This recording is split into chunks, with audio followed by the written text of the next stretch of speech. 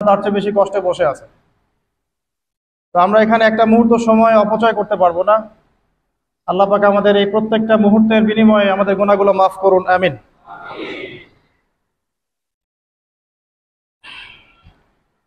আমাদের আজকের জুমার খুতবার এই সংক্ষিপ্ত সময়ের আলোচ্য বিষয় আল্লাহ রাব্বুল আলামিনের গজব এবং পরীক্ষা। এই বিষয়টা নিয়ে আমরা আগে হয়তো এভাবে জুমার খুতবায় কথা বলিনি আলাদাভাবে। আজকে আমরা চেষ্টা করব ইনশাআল্লাহ তাআলা অল্প সময়ের মধ্যে পবিত্র কোরআন এবং হাদিস থেকে আল্লাহ রাব্বুল আলামিনের যে আযাব, যে গজব এবং আযাব এবং গজব নাজিল হওয়ার কারণগুলো কি কি, এগুলো থেকে পরিত্রাণ পাওয়ার উপায় কি, এবং আল্লাহ পাক যখন মুমিন বান্দাদেরকে পরীক্ষা করেন তখন তাদের করণীয় কি, এ বিষয়ে ইনশাআল্লাহ তাআলা একটি সংক্ষিপ্ত সারগর্ভ আলোচনা উপস্থাপন করার চেষ্টা করব ইনশাআল্লাহ। ওয়া মা তাওফীকি ইল্লা বিল্লাহ আলাইহি তাওয়াক্কালতু ওয়া ইলাইহি উনীব। আমাদেরকে শুরুটা করতে হবে ইবলিস থেকে।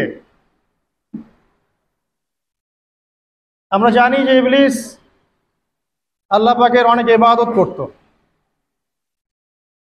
এবং সে এক পর্যায়ে ফেরেশতাদের সর্দার পর্যন্ত হয়েছে।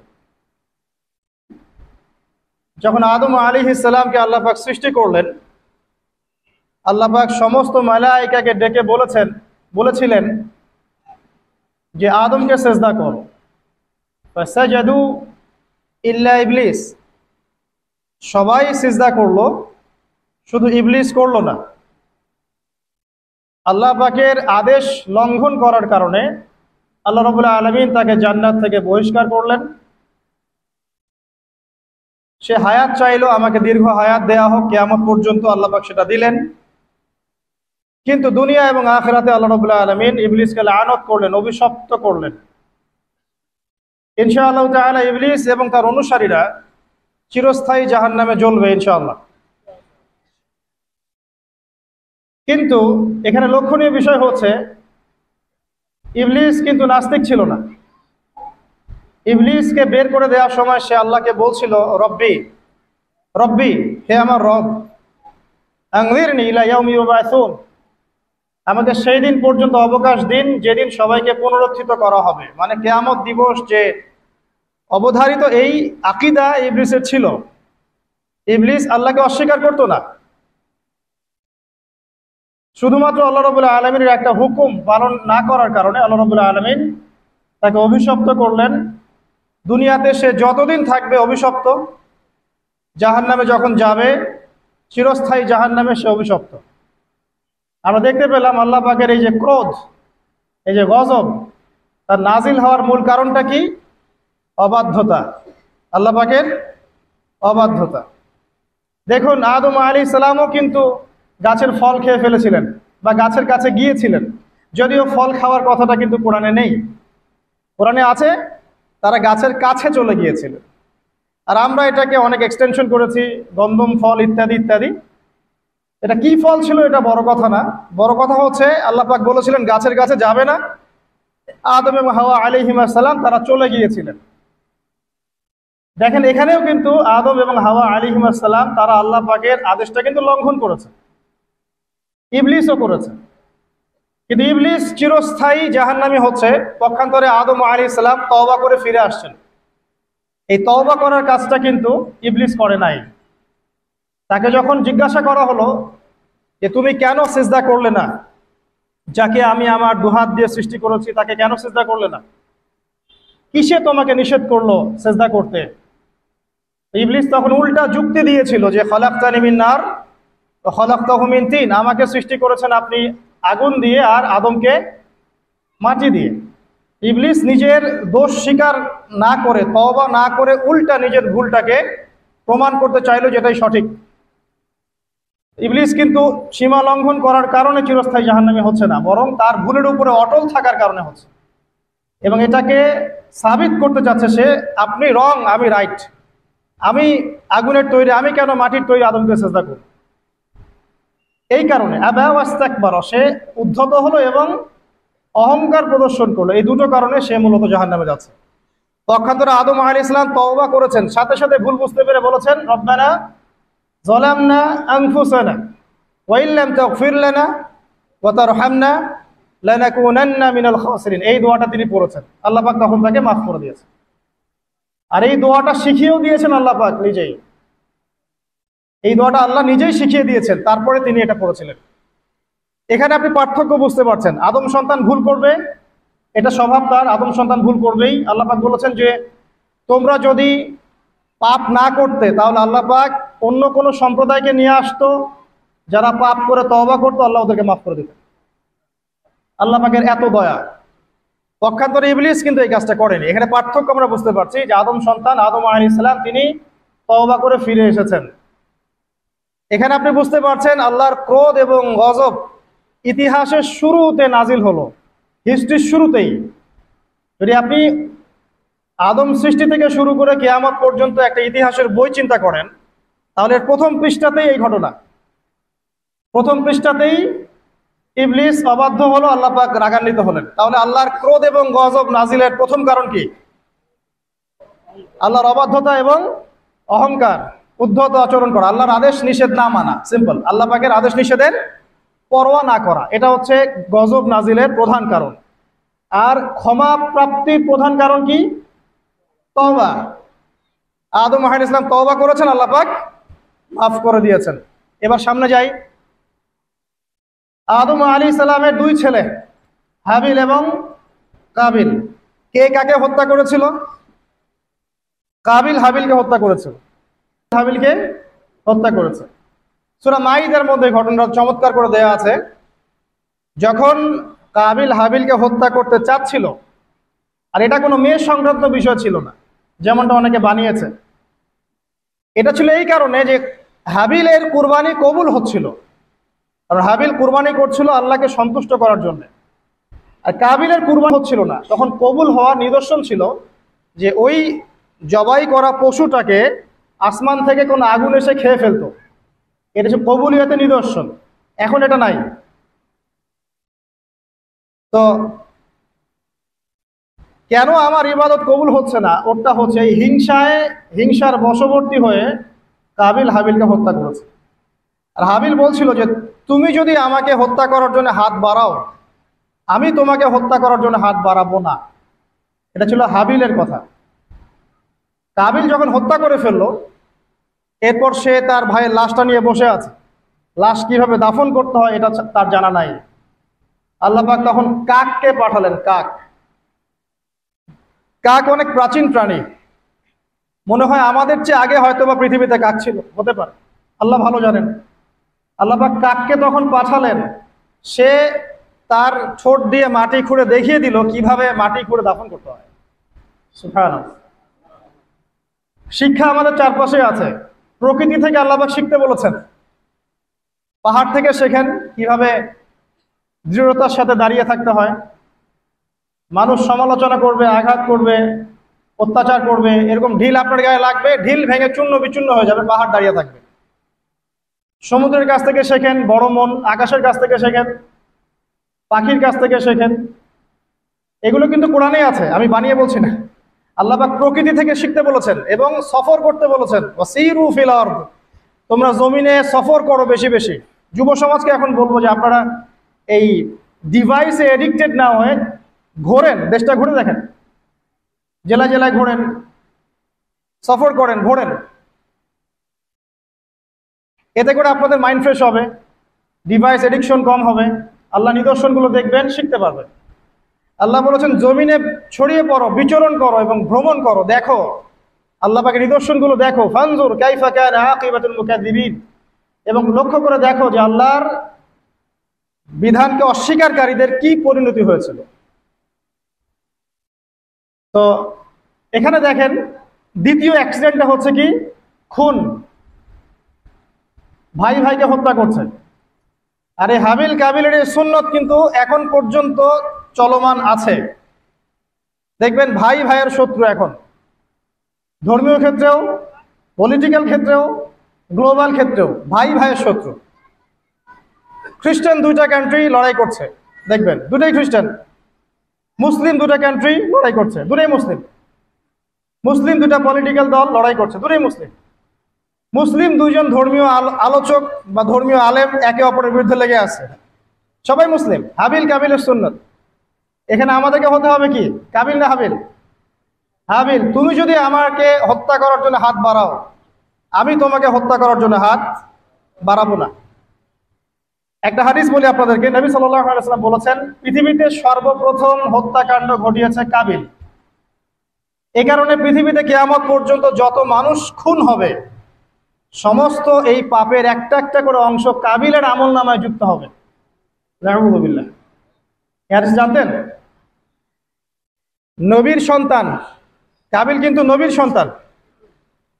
তো ভাষা, বংশ, রক্ত এগুলো কিন্তু আল্লাহর কাছে হক এবং বাতিলের মানদণ্ড না, তাকওয়া ছাড়া। যাই হোক, সামনে যাই। এখানে আপনি দেখছেন আল্লাহ পাকের এই যে গজব কাবিলের উপরে আসলো, কারণটা কি? সীমালঙ্ঘন, সীমালঙ্ঘন করা, হত্যা। তাহলে বুঝলেন যে হত্যাকাণ্ড বাড়লে আল্লাহ পাকের গজব আসবে, যেটা এখন শেষ জামানায় বাড়ছে। নবী করিম সাল্লাল্লাহু আলাইহি ওয়াসাল্লাম বলেছেন, শেষ জামানায় যে ব্যক্তি কাউকে হত্যা করবে সে জানবে না আমি কি জন্য হত্যা করছি, আর যাকে হত্যা করা হবে সেও বুঝবে না যে আমাকে কেন হত্যা করবে। এটা কি বুঝতে পারেন? এখন যাকে হত্যা করা হচ্ছে সে জানবে না আমাকে কেন মারা হচ্ছে, আর যে হত্যা করছে সেও আসলে জানে না আমি কি জন্য তাকে মারছি। আর নবী সাল্লাল্লাহু আলাইহি ওয়াসাল্লাম বলেছেন, কিয়ামতের অন্যতম বড় সাইন হচ্ছে হারাজ বৃদ্ধি পাবে। হারাজ। সাহাবীরা জিজ্ঞাসা করলেন, হারাজ কি ইয়া রাসূলুল্লাহ? তিনি বলেন, প্রচুর হত্যাকাণ্ড, প্রচুর হত্যাকাণ্ড। এমনও ইনসিডেন্ট ঘটবে যে সোনার পাহাড়কে নিয়ে মারামারি হবে, যুদ্ধ হবে। যে সোনার পাহাড় বের হবে ইউফ্রেটিস নদীর ভিতর থেকে, যেখান থেকে কয়দিন আগে একটা শহর বের হয়েছে আর কি। এই কয়দিন আগেই দেখবেন ইরাকের ওই নদীর নিচ থেকে একটা শহর বের হয়েছে, যেটা অনেক 3000 বছর আগের শহর এখন বের হয়েছে। আল্লাহ ভালো জানেন, এভাবে হয়তো বা সোনার পাহাড়ও বের হবে, আল্লাহু আলাম। আল্লাহ ভালো জানেন, আমরা জানি না কবে হবে, আমরা জানি না। নবীজি বলেছেন, এই সোনাগুলোকে কেন্দ্র করে প্রায় 80টার মতো দেশ, 80টার মতো ফ্ল্যাগ তারা যুদ্ধে জড়িয়ে পড়বে, এবং প্রতি হাজারে যারা যুদ্ধে জড়াবে তাদের প্রতি হাজারে 999 জন মানুষ মারা যাবে। নবীজি মুসলিমদেরকে বলেছেন, মুসলিমরা যেন ওই সোনাতে টাচ না করে, ওটা হাত দিয়ে ছুঁয়েও না দেখে, এখান থেকে যেন দূরে থাকে। যাই হোক, সামনে চলেন। এরপরে নূহ আলাইহিস সালাম, নাম শুনেছেন? 950 বছর তার কওমকে দাওয়াত দিয়েছেন। কত বছর? তার কওমকে এক আল্লাহর ইবাদতে দাওয়াত দিয়েছিল। তার কওমের প্রধান সমস্যা ছিল শিরক। তারা কিছু মূর্তির পূজা করত। তার নামগুলো আল্লাহ পাক সূরা নূহে বলেছেন। সূরা নূহের শেষের পৃষ্ঠার মধ্যে আছে। নূহ আলাইহিস সালামের কওমকে যখন দাওয়াত দেওয়া হচ্ছে, তারা বলতো যে লা তাযারুন্না আলিহাতাকুম ওয়া লা তাযারুন্না ওয়াদ্দা ওয়া লা সুআ ওয়া লা ইয়াগুসা ওয়া ইয়াউক ওয়া নাসরা। তোমরা তোমাদের উপাস্যদেরকে ছেড়ে দিও না। তোমরা আদ, ইয়াগুস, ইয়াউক, নাসর এই উপাসকদেরকে ছেড়ে দিও না, এই মূর্তিদেরকে ছেড়ে দিও না। মানে তারা স্ট্যাচু ওয়ার্শিপ করতো আর কি, নূহ আলাইহিস সালামের কওম। এছাড়া আরো কিছু পাপ ছিল, কিন্তু মূল পাপ ছিল তাদের শিরক, আল্লাহর সাথে শিরক করা। আল্লাহ পাক এই কওমটাকে ধ্বংস করেছেন মহাপ্লাবন দিয়ে। এমন প্লাবন যা ইতিহাসে কখনো হয়নি, এমন বন্যা যা ইতিহাসে কখনো হয়নি। প্রায় পুরো পৃথিবীর প্রায় বেশিরভাগ অংশ ওই বন্যায় ডুবে গিয়েছিল। এবং এই পানির উচ্চতা সম্পর্কে কোরআনে এসেছে, সূরা হুদের মধ্যে আছে যে পাহাড়ের চূড়া পর্যন্ত পানি ছিল, পাহাড়ের চূড়া পর্যন্ত পানি ছিল। এবং একটা পাহাড়ের উপরে নূহ আলাইহিস সালামের ছেলে বসে গিয়েছিল। বাবা ডাকছে, আসো আমার সাথে, আল্লাহর গজব থেকে আজকে কেউ বাঁচাতে পারবে না। সে বলছে যে আমি পাহাড়ে উঠে যাব, ইনশাআল্লাহ পাহাড়ে উঠে যাব, আমি বেঁচে যাব। ইনশাআল্লাহ বলেনি, সরি, পাহাড়ে উঠে যাব, আমি বেঁচে যাব। তখন নূহ আলাইহিস সালাম বললেন যে আজকে আল্লাহর গজব থেকে কেউ বাঁচাতে পারবে না। এরপর একটা বড় ঢেউ আসলো, এসে বাবা এবং ছেলের মাঝখানে পার্থক্য করে দিল। নূহ আলাইহিস সালাম বলেছিলেন, আল্লাহ, সে আমার আহল, আমার পরিবারের একজন, তাকে মাফ করে দাও। আল্লাহ পাক বলেছেন লাইসা মিন আহলিক, সে তোমার পরিবারের কেউ না। এখানেও দেখেন নবীর সন্তান ঈমান না আনার কারণে কুফরির হালতে মৃত্যুবরণ করল, আল্লাহ পাকের মহাপ্লাবনে গজবে ধ্বংস হলো। এখানে একটা গজব পেলেন, বিশাল বন্যা, জলোচ্ছ্বাস। তাহলে এর কারণ কি? নূহ আলাইহিস সালামের পুরো কওম, মাত্র 40টা বা 80টা পরিবার বাদ দিয়ে বাকি সবাই ডুবে গেছে। আমরা যারা এখন পৃথিবীতে বেঁচে আছি, হোক সে হিন্দু বা মুসলিম বা খ্রিস্টান বা বৌদ্ধ, হুয়েভার হি ইজ বা জিউস, আমরা সবাই ওই 80টা পরিবারেরই সদস্য। আমাদের বাপদাদারা ওইখানে গিয়ে মিলবে, কারণ তার আগে কোনো মানুষ এখন পৃথিবীতে বেঁচে নাই। আমরা যারা বেঁচে আছি কোনো না কোনোভাবে আমরা ভাই, জানেন, কোনো না কোনোভাবে আমরা আত্মীয়, আমরা সবাই আত্মীয়। তো ওই 80টা পরিবারই এখন পৃথিবীতে বেঁচে আছে, এখানকার বংশধররাই। এখানে আমার প্রশ্ন, যে বলেন নূহ আলাইহিস সালামের কওমকে কোন পাপের কারণে ধ্বংস করে দেওয়া হয়েছে? আমরা বলবো যে বাংলাদেশের জনগণকে আমরা বলবো যে শিরক ছেড়ে দেন, কবর পূজা ছেড়ে দেন, মাজার পূজা ছেড়ে দেন, শিরকের যত ক্যাটাগরিজ আছে এগুলো থেকে তওবা করে ফিরে আসেন, অন্যথায় আল্লাহ পাকের গজব কেউ ঠেকাতে পারবে না। শিরক থেকে বেঁচে না আসলে, বেঁচে না থাকলে আল্লাহর গজব ঠেকানোর কেউ নাই। আল্লাহ পাক শিরকের পাপটা মাফ করেন না, অন্য যে কোনো পাপ আল্লাহ পাক যাকে ইচ্ছা মাফ করতে পারেন, তবে তওবা করে মারা গেলে আল্লাহ মাফ করতে পারেন। তওবা না করে মারা গেলে ক্ষমা না পাওয়ার সুযোগই বেশি। তো যেখানে যেখানে দেখবেন এখনো এই শতাব্দীতেও, এই সালগুলোতেও বন্যা, দুর্যোগ, ভূমিকম্প, জলোচ্ছ্বাস ইত্যাদি হচ্ছে, দেখবেন ওই কওমগুলো কোনো না কোনোভাবে শিরকের পাপের সাথে সংযুক্ত আছে, কোনো না কোনোভাবে তারা শিরকের পাপের সাথে সংযুক্ত আছে। হয় তারা ধর্মের ক্ষেত্রে শিরক করছে, না হয় ইকোনমিক সেক্টরে শিরক করছে, না হয় অন্য কোনো বড় সেক্টরে শিরক করছে, নয়তো তারা আল্লাহ পাকের সমস্ত বিধান বাদ দিয়ে মানুষের মানব রচিত বিধানগুলোকে প্রাধান্য দিয়েই কাজ করছে। কোনো না কোনো জায়গায় শিরক আছে। আল্লাহ পাক এই কারণেই গজব পাঠাচ্ছেন।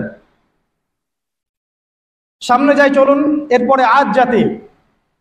আদ জাতির লোকরা ছিল প্রচন্ড লম্বা চওড়া, অনেক লম্বা। আর আমি যেগুলো বলছি এগুলো কোনো রূপকথা নয়, এগুলো সবগুলি কোরআনের পাতায় পাতায় আছে।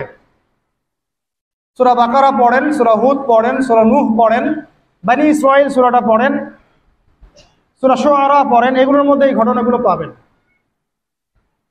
একটা ছোট্ট সূরা আছে, সূরা কমার, সূরা আর রহমানের ঠিক ইমিডিয়েট সূরাটা। এই সূরাটা যদি বাসায় গিয়ে পড়েন, দেখবেন এখানে এই সব জাতিগুলোর বর্ণনা দেওয়া আছে খুব সংক্ষিপ্ত আকারে। আদ জাতির লোকেরা অনেক লম্বা চওড়া ছিল, প্রচন্ড শক্তিশালী। তো তারা ইয়েমেন, হাদরামাউত এই জায়গায় বসবাস করত, পাহাড় কেটে বাড়ি নির্মাণ করত।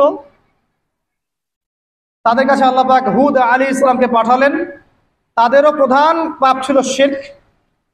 দ্বিতীয়ত আরো কিছু পাপ ছিল। এক নাম্বার, অহেতুক বিনা কারণেই তারা অনেক উঁচু উঁচু সৌধ নির্মাণ করত, এটা কোরআনে আছে। অহেতুক বিনা কারণে, দুনিয়ার চাকচিক্যের কারণে উঁচু উঁচু অট্টালিকা এবং সৌধ নির্মাণ করত, যেগুলো অপচয় ছিল, অপচয়। এবং তারা মানুষকে প্রচন্ড প্রহার করত।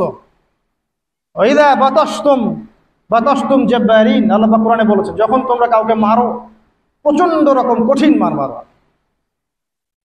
এই মায়ের সিস্টেম এখনো আছে সব জায়গাতেই। মানুষকে প্রচন্ড নির্মমভাবে তারা মারত এবং উঁচু উঁচু সৌধ নির্মাণ করত, শিরক করত। এবং একটা কথা বলতো, যখন হুদ আলাইহিস সালাম দাওয়াত দিত তখন একটা কথা বলতো, মান আশাদ্দু মিন্না কুওয়া, এই কথাটা। ফিরআউন যেমন বলতো আনা রাব্বুকুমুল আ'লা, এরকম আদ জাতি বলতো মান আশাদ্দু মিন্না কুওয়া, আমাদের চেয়ে শক্তিশালী আর কে আছে, আমাদের চেয়ে শক্তিশালী আর কে আছে। এখনকার বিশ্বে এমন কথা মানুষ বলে না, আমাদের চেয়ে বড় শক্তি আর কে আছে, আমরা সুপার পাওয়ার। এরাও বলতো মান আশাদ্দু মিন্না কুওয়া। আল্লাহ পাক বলছে আওয়ালাম ইয়ালামু আন্নাল্লাহা হুয়া খালাকাকুম হুয়া আশাদ্দু মিনহুম কুওয়া। তারা কি জানে না যে আল্লাহ তাদেরকে সৃষ্টি করেছে, সেই আল্লাহ ওদের চেয়ে শক্তিশালী। আল্লাহ পাক এই কওমটাকে ধ্বংস করলেন কিভাবে? 7 দিন কন্টিনিউয়াসলি, 7 দিন প্রচন্ড টর্নেডো, এই যে আমরা যেটা বলি ঝড়, ঘূর্ণিঝড়, টর্নেডো, এরকম বজ্রপাত এবং প্রচণ্ড টর্নেডো, ঘূর্ণিঝড়, এগুলো দিয়ে 7 দিনের মধ্যে এই কওমের প্রত্যেকটা মানুষকে আল্লাহ পাক এমনভাবে ধ্বংস করলেন, খেজুর গাছের ডাল যেমন পড়ে থাকে মাটিতে, এইভাবে তারা মাটিতে পড়েছিল। এখানে বলেন আল্লাহ পাকের আযাব আর গজব নাজিলের মূল কারণটা কি ছিল তাহলে? শিরক, অপচয়, অহংকার আর মানুষকে মারা। মানুষকে মারা আল্লাহ পাক সহ্য করেন না, জানেন? মানুষের চেহারায় মারতে নাই। দেখবেন আমাদের কারোর সাথে গন্ডগোল হলে আগে চেহারায় ঘুষি, তাই না? এই চেহারায় মারা নিষেধ। একটা হাদিসের মধ্যে আছে যে চেহারাটা আল্লাহ পাকের, এটা তো আসলে মারেফত, আমরা এটাকে এভাবে ব্যাখ্যা করতে পারবো না, কিন্তু চেহারা আল্লাহ পাক তার নিজস্ব মানে হাত দিয়ে, আল্লাহ পাকের নিজস্ব কুদরতি হাত দিয়ে আল্লাহ পাক সৃষ্টি করেছেন। মানুষের চেহারায় মারতে আল্লাহ পাক নিষেধ করেছেন। আর মানুষকে অন্যায় কারণে মারা হলে আল্লাহ পাক নারাজ হন, খুবই অসন্তুষ্ট হন। কোনো ব্যক্তি যদি কোনো মানুষের জীবন বাঁচায়, সেজন্য পুরো মানব জাতির জীবন বাঁচালো, সূরা মাইদার মধ্যে আছে। আবার কোনো ব্যক্তি যদি অন্যায় কারণে একটা মানুষকে হত্যা করে ফেলে, সেজন্য পুরো মানব জাতিকেই হত্যা করবে। আজকে বিশ্বের বুকে সবচেয়ে সস্তা রক্ত কাদের? অথচ একজন মুসলিম যে ব্যক্তি লা ইলাহা ইল্লাল্লাহ পড়ে, এই ব্যক্তি যতদিন পর্যন্ত জীবিত আছে আল্লাহ পাক কিয়ামত দিবেন না ইনশাআল্লাহ। একজন ব্যক্তি পৃথিবীতে যতদিন থাকবে যে লা ইলাহা ইল্লাল্লাহ কালিমা পড়ছে, আল্লাহ আল্লাহ বলছে, ততদিন পর্যন্ত আল্লাহ পাক কিয়ামত দিবেন না ইনশাআল্লাহ। একজন মুসলিমের সম্মান দেখেন তাহলে। সেই মুসলিমদের রক্ত এখন সস্তা, চাইলেই যে কেউ মারতে পারে। ফান্তাজিরু, আল্লাহ পাক বলেছেন তোমরা অপেক্ষা করো। ওয়া ইন্না মাআকুম মিনাল মুনতাজিরিন, এবং আমরাও তোমাদের সাথে অপেক্ষা করছি। আল্লাহ পাক কোরআনে এটা বলেছে। এরপরে সামনে যান, এর পরের জেনারেশন আসলো সামুদ জাতি। সামুদ আদ জাতির ভাই, একই রকম, ওরাও ফিজিক্যালি অনেক স্ট্রং, তাল গাছের সমান সমান লম্বা, পাহাড় কেটে কেটে বাড়ি নির্মাণ করে। এরাও শিরক করলো এবং একটা স্পেশাল পাপ করলো। সেটা কি? আল্লাহ পাকের একটা মুজিজা আল্লাহ পাক দান করলেন ওদেরকে, একটা উটনি, যেটা সালেহ আলাইহিস সালামের উটনি ছিল। তো আল্লাহর পক্ষ থেকে ইনস্ট্রাকশন ছিল যে এই উটনি তোমাদেরকে দুধ দিবে আর অনেক সুযোগ সুবিধা দিবে। আল্লাহ পাকের মুজিজা, মিরাকেল, এটাকে নষ্ট করো না, ধ্বংস করো না। তখন সালেহ আলাইহিস সালামের কওমের বজ্রপাতে বহু মানুষ মারা যাচ্ছে। এটা নতুন না, কিন্তু এই বজ্রপাতে সামুদ জাতিকে আল্লাহ পাক ধ্বংস করেছে। তাহলে এই বজ্রপাত কি প্রাকৃতিক দুর্যোগ না আল্লাহর গজব? এই যুগের মিডিয়াগুলো তখন থাকলে বলতো যে সামুদ জাতি আজকে প্রাকৃতিক দুর্যোগে ধ্বংস হয়েছে, এবং নূহ আলাইহিস সালামের কওম প্রাকৃতিক একটা বড় বন্যায় ধ্বংস হয়েছে, এবং আদ জাতি ধ্বংস হয়েছে প্রাকৃতিক ঝড়ে। তারা কখনোই বলতো না আল্লাহর পক্ষ থেকে ঝড় এসেছে, আল্লাহর পক্ষ থেকে বজ্রপাত এসেছে, আল্লাহর পক্ষ থেকে প্লাবন এসেছে। বিকজ সবকিছু হয় প্রকৃতি থেকে, এখানে আল্লাহ বলতে কিছু নাই। তো প্রকৃতি কে, তার সংজ্ঞা কি, প্রকৃতি কে নিয়ন্ত্রণ করে, এর কত প্রকার কি কি, এগুলোও শেখানো আমাদেরকে। প্রকৃতি কাকে বলে, প্রকৃতি কত প্রকার, প্রকৃতি কি কি, কে একে নিয়ন্ত্রণ করে, সূক্ষ্মভাবে শিরকি আকীদা ঢুকিয়ে দেওয়া হয়েছে, সূক্ষ্মভাবে। যাই হোক, সামুদ জাতি ধ্বংস হলো কিভাবে? এভাবে, বজ্রপাতে। আর ইদানিং বজ্রপাত বাড়ছে। এখান থেকে আপনারা বেঁচে থাকতে হলে শিরক থেকে বেঁচে থাকেন। এরপরে চলেন সামনে যাই, আরেকটা জাতি, শুআইব আলাইহিস সালামের কওম, তার নাম কওমে মাদিয়ান। কি নাম? মাদিয়ান। আমি কিন্তু গল্প বলছি আপনাদেরকে, শুনতে কি খারাপ লাগছে? কোরআন থেকে বলছি শর্ট করে। মাদিয়ান, তো মাদিয়ান কওম, তাদের পাপ ছিল তারা নবীদের সাথে তর্ক করত। যখন শুআইব আলাইহিস সালাম সুন্দর করে নসিহত করতেন, এবং শুআইব আলাইহিস সালাম খুব সুন্দর করে কথা বলতে পারতেন, তাকে আল্লাহ পাক বাচন ভঙ্গি দিয়েছিলেন, অত্যন্ত চমৎকার করে কথা বলতে পারতেন, সাজিয়ে গুছিয়ে যুক্তি দিয়ে। তো শুআইব আলাইহিস সালামের সাথে তারা খুব তর্ক করতো, 1 নাম্বার। 2 নাম্বার, শিরক করতো তারা। এবং আর 2টা বড় পাপ ছিল। 1, তারা মাপে কম দিত। কি করতো? এই পাপটা কি চেনা যায় বাংলার মানুষ? মাপে কম দেওয়ার পাপ। আচ্ছা, এই পাপে আমাদের চেয়ে এক্সপার্ট কেউ নাই মনে হয় পৃথিবীতে। আমরাই পৃথিবীর সবচেয়ে এক্সপার্ট যারা মাপে কম দিতে পারি। মাপে কম দেওয়া নিয়ে কিছু হাদিস আমি নিয়ে এসেছি, আপনাদেরকে শোনাবো ইনশাআল্লাহ পরে। তো মাপে কম দিত এবং একটা কাজ করত, মানুষের সম্পদ অন্যায়ভাবে আত্মসাৎ করত। এই পাপটা চেনা যায়? দাড়ি টুপিওয়ালা মানুষদের কি এই পাপটা চেনা যায়? মানুষের সম্পদ অন্যায়ভাবে আত্মসাৎ করা। অনেক ক্ষেত্রে আমরাও এখানে জড়িত হয়ে গেছি না? আল্লাহ মাফ করুক। তো মানুষের সম্পদ অন্যায়ভাবে তারা আত্মসাৎ করত। এই আয়াতটা 8 বার কোরআনে আছে যে তারা মানুষের সম্পদ অন্যায়ভাবে আত্মসাৎ করত। আল্লাহ পাক এই কওমটাকে ধ্বংস করলেন কিভাবে? সবাইকে একটা জায়গায় সমবেত করলেন। প্রথমে বৃষ্টি হচ্ছে না, খুব খরা, বৃষ্টি হয় না খরা। এরপরে হঠাৎ আকাশে মেঘ দেখা গেল, সুন্দর মেঘ, মনে হচ্ছে শীতল বাতাস প্রবাহিত হচ্ছে, বৃষ্টি হবে। সবাই একটা মাঠে সমবেত হলো। হওয়ার পরে আল্লাহ পাক এক মুহূর্তের মধ্যে ভূমিকম্প দিয়ে এটাকে ধ্বংস করে দিলেন। মনে রাখবেন, পৃথিবীতে সর্বপ্রথম যে কওমকে আল্লাহ পাক ভূমিকম্প দিয়ে ধ্বংস করেছেন তার নাম এই শুআয়ব আলাইহিস সালামের কওম, কওমে মাদিয়ান। কি নাম? কওমে মাদিয়ান। অতএব আপনারাও মাপে কম দিতে থাকেন, আর মানুষের সম্পদ অন্যায়ভাবে আত্মসাৎ করতে থাকেন, আর ভূমিকম্পের অপেক্ষা করতে থাকেন। যদি ভূমিকম্প নাজিল হয় আল্লাহর পক্ষ থেকে, তাহলে মনে রাখবেন এর পিছনে 2টা পাপ দায়ী মূলত। 1, পাপে কম দেওয়া, আর 2, মানুষের সম্পদ অন্যায়ভাবে আত্মসাৎ করা। এরপরে সামনে যান, লুত, কওমে লুত, লুত আলাইহিস সালামের কওম। এটা পৃথিবীর সবচেয়ে অ্যামেজিং কওম, বিস্ময়কর। মানে এমন এক পাপ করেছে যে পাপ বিশ্বের কোনো মানুষ করে না। তবে উম্মতে মুহাম্মাদের কিছু মানুষ এই পাপ করছে। আবার বলছি, লুত আলাইহিস সালাম এর কওম এমন পাপ করেছিল যেই পাপ এই বিশ্বে, মহাবিশ্বে কেউ কখনো করে নাই। কিন্তু উম্মতে মুহাম্মাদের কিছু মানুষ এই পাপ করছে এবং করবে, এটা আমাদের নবীজি ভবিষ্যৎবাণী করে গেছে। সেটা হলো শিরকের সাথে সমকামিতা। সমকামিতা কি বোঝেন? ছেলে ছেলের সাথে যৌন সম্পর্ক স্থাপন করছে, নাউযুবিল্লাহ, এবং মেয়ে মেয়ের সাথে যৌন সম্পর্ক স্থাপন করছে, নাউযুবিল্লাহ। ইদানিং ছেলে ছেলে ব্যাপারটা কমছে, মেয়ে মেয়েটা বাড়ছে। দেখবেন মেয়ে মেয়ে এখন যৌন সম্পর্ক স্থাপন করছে। কিভাবে আমরা জানি না, এটা বুঝেও আসে না যে কিভাবে এটা পসিবল। আল্লাহ রাব্বুল আলামিন এদেরকে ধ্বংস করলেন এমন ভাবে, এটা অ্যামেজিং। আল্লাহ পাক 2জন ফেরেশতাকে পাঠালেন, একজনের নাম জিবরাইল আর একজন মিকাইল। তারা 2জন ছোট ছোট বালকের বেশে, একটু ইয়াং মানুষের বেশে লূত আলাইহিস সালামের বাসায় গেলেন, এবং এলাকার লোকজন খবর পেল যে নতুন 2জন মেহমান এসেছে। কওমের মধ্যে নতুন 2টা মেহমান এসেছে। তারা গিয়ে লূত আলাইহিস সালামকে বলছে, তোমার মেহমানদেরকে আমাদেরকে দাও।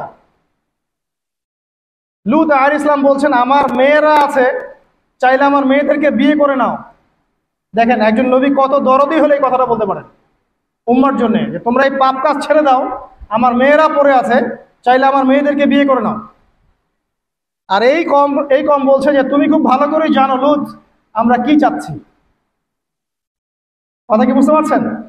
তখন তিনি বলছেন, আলাইসা মিনকুম রাজুলুন রশিদ। সূরা হুদ পড়ে দেখেন, তোমাদের মধ্যে কি একটাও ভালো মানুষ বাকি নাই?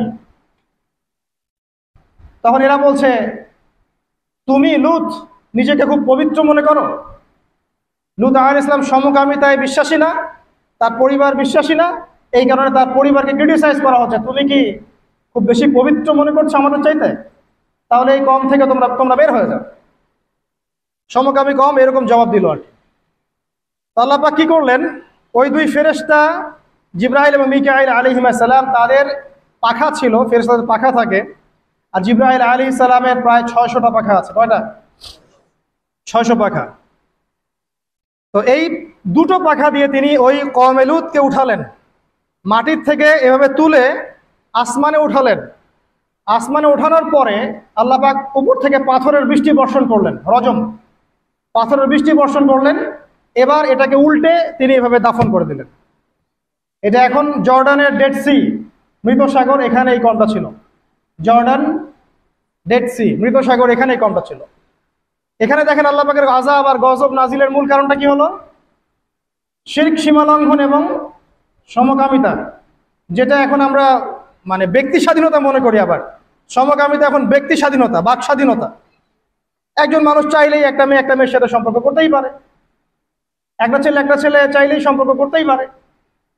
এবং বিশ্বের কিছু কান্ট্রি যাদেরকে আমরা উন্নয়নশীল কান্ট্রি বলি বা একদম রুলিং স্টেট মনে করি আর কি, যাদের কথায় বিশ্বের অনেক স্টেট ওঠে আর বসে, এইসব কান্ট্রির মধ্যে এটা জায়েজ, লিগ্যালি জায়েজ, আইনত জায়েজ, করতেই পারে।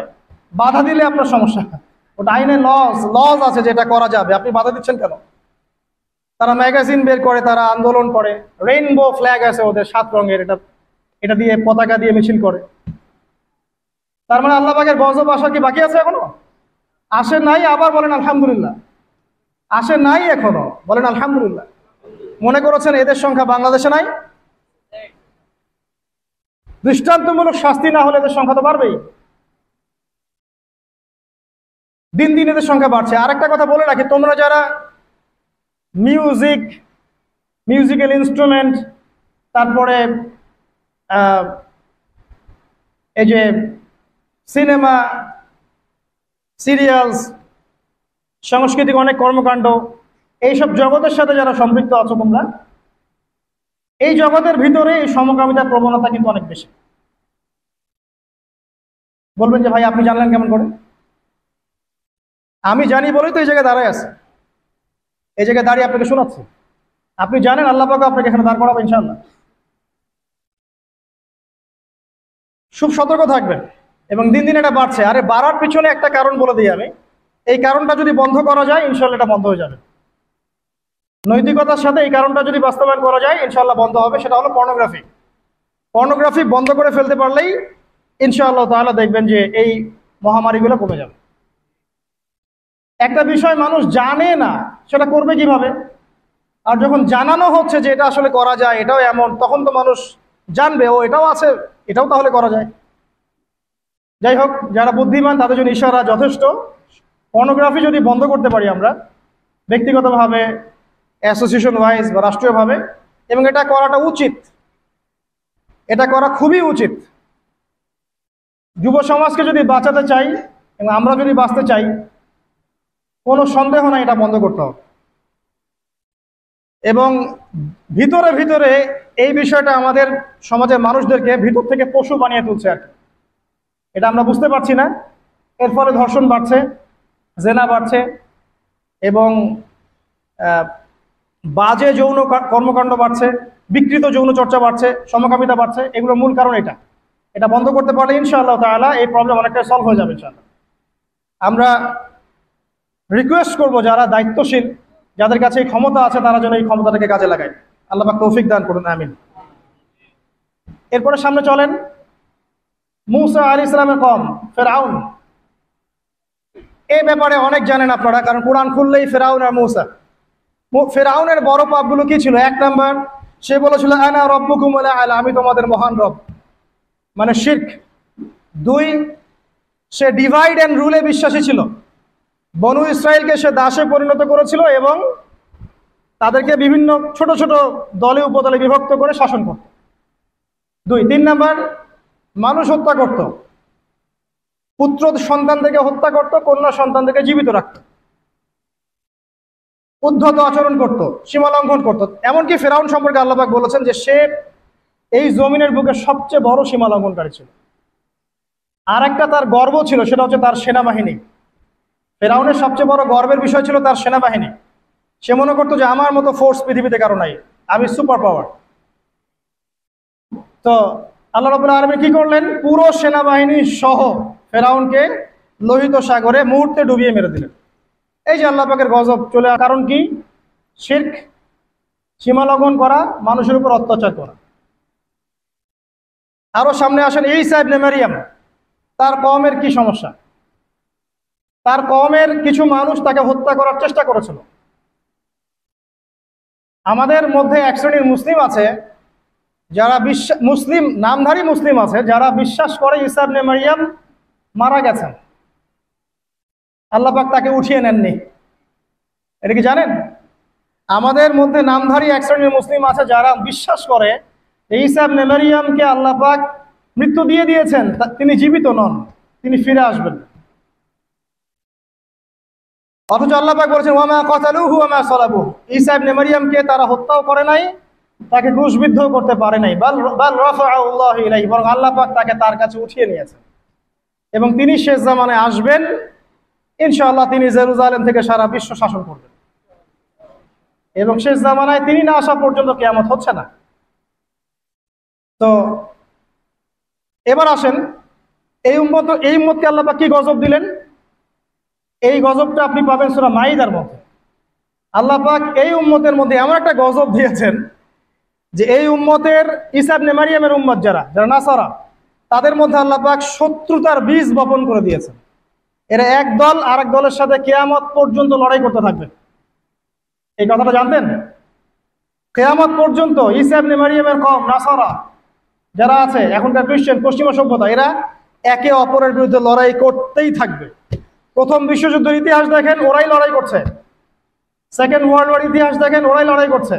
এখনকার দেখেন রাশিয়া ইউক্রেন, ওরাই লড়াই করছে। ওরা কিয়ামত পর্যন্ত একে অপরের সাথে লড়াই করতে থাকবে। আল্লাহ পাক তাদের একে অপরের বিরুদ্ধে এই যে লড়াই, শত্রুতার বীজটা আল্লাহ পাক বপন করে দিয়েছেন।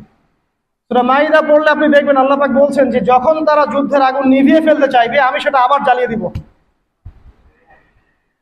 সুবহানাল্লাহ। কারণ ওদের হাতেই এই জামানায় বেশিরভাগ মানুষ মুসলিমের রক্ত ঝরেছে। আল্লাহ পাকের আযাব এটা। তাহলে এই আযাব আল্লাহর পক্ষ থেকে এসেছে। তো এভাবে আপনি যদি হিস্ট্রি ঘাটেন, দেখবেন প্রত্যেক যুগে যুগে আল্লাহ রাব্বুল আলামিন নির্দিষ্ট কিছু পাপের জন্য আল্লাহর পক্ষ থেকে শাস্তি, আযাব এবং গজব পাঠিয়েছেন।